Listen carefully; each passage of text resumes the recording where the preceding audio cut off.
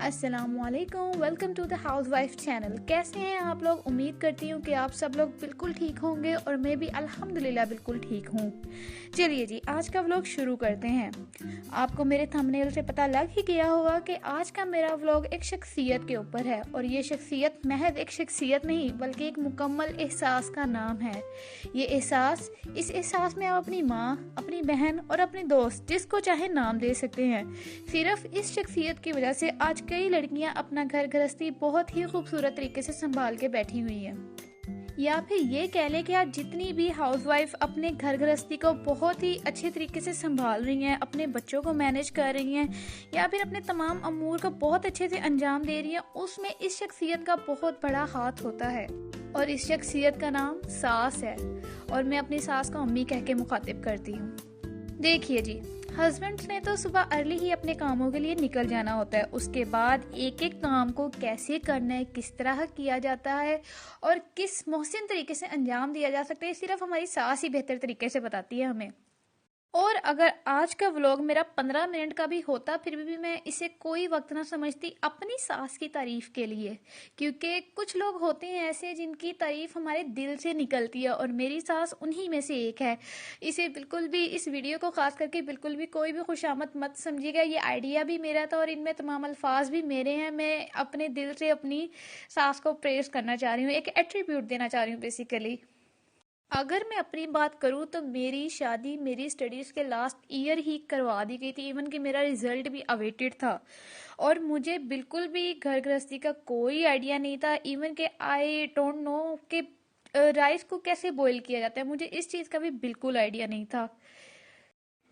मगर मेरी सास, मैं अब उन्हें सास नहीं अम्मी कहूँगी, उन्होंने मुझे तमाम चीज़ें बहुत अच्छे तरीके से समझाई। मैं जब जब उनसे पूछती थी, उन्होंने कभी अपने माथे पे कोई शिकन नहीं लाया, बड़े अच्छे तरीके से मुझे समझाया है। एक बहू या औरत के लिए सबसे ज़्यादा मुश्किल फेज़ उसका डिलीवरी का होता है, और उस वक्त उसकी ये ख्वाहिश होती है कि उसकी माँ या उसके घर वाले उसके साथ हों। मुझे जब अल्लाह ताला इन मेरी दोनों नेमतों से नवाज रहा था, तो उस वक्त मेरी सास मेरे शाना बशाना खड़ी थी और मेरे लिए खैर आफियत की दुआ कर रही होती थी, और मुझे खैरियत से घर भी लेकर आती थी, और मेरे बच्चों को भी साथ साथ लुक आफ्टर करती थी। मतलब मैं इनको सास कहना भी सही नहीं समझती हूँ। मैं माँ जैसा इन्होंने मेरा ध्यान रखा है, और मैं अब इन्हें अम्मी ही कहूँगी आगे मुकम्मल ब्लॉग में। अच्छा, और शादी के शुरू शुरू में जब ये समझाते हुए डांटती थी या कुछ भी कहती थी, तब थोड़ा अजीब भी लगता था, लेकिन अब जाके समझ आती है कि उसमें हमारा ही फ़ायदा होता है यार। क्योंकि एक उस्ताद भी हमें डांटता है या जो सख्ती करता है ना, तो हमारी भलाई के लिए ही करता है, उसका अपना ज़ाती मुफाद तो कोई नहीं होता।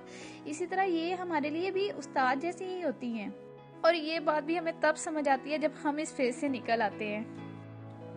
अल्हम्दुलिल्लाह अल्हम्दुलिल्लाह, मैं अल्लाह ताला का जितना शुक्र अदा करूं वो कम होगा कि अल्लाह ताला ने मुझे सास की शक्ल में इतनी खूबसूरत माँ दे दी है। ज़िंदगी के हर फेज़ में मेरा दोस्त की तरह साथ देती है, और मेरी अल्लाह ताला से दुआ है कि अल्लाह ताला इस साथ को हमेशा बरकरार रखे। मैं अपनी तमाम शादीशुदा बहनों से सिर्फ एक बात शेयर करना चाहती हूँ कि अगर शादी से पहले हमें हमारे वालिदैन, माँ बाप, बड़ी बहन या बड़ा भाई डांटता है या कड़वी बातें हो जाती है, तो हम तब तो किसी बात का ढिंडोरा नहीं पीटते।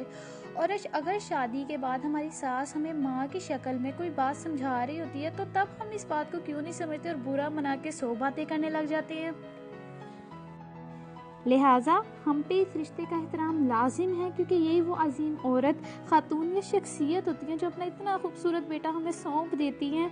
और कुदरत का कानून भी ये है कि फल हमेशा उसी दरख्त को लगता है जो हमेशा झुका होता है, और हमें भी आजिज़ी इख्तियार करनी चाहिए। अगर ये हमें डांटे तो हमें उस वक्त उस सिचुएशन को समझना चाहिए, क्योंकि इन सब चीज़ों में उनका अपना तो कोई ज़ाती मुफाद नहीं होता, वो हमारी भलाई के लिए ही समझा रही होती हैं।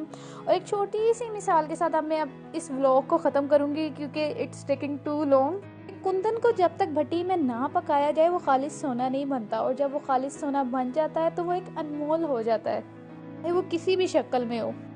लिहाजा इसी व्लॉग के साथ अब मुझे दीजिए इजाज़त, और मुझे कमेंट सेक्शन में ज़रूर बताइएगा आपको मेरा ये व्लॉग कैसा लगा। मेरे चैनल को सब्सक्राइब करें, लाइक करें, कमेंट करें, ज़्यादा से ज़्यादा शेयर करें, और मुझे अपनी दुआओं में ज़रूर याद रखिएगा। मिलते हैं नेक्स्ट व्लॉग में। टिल दैट, अल्लाह हाफिज़।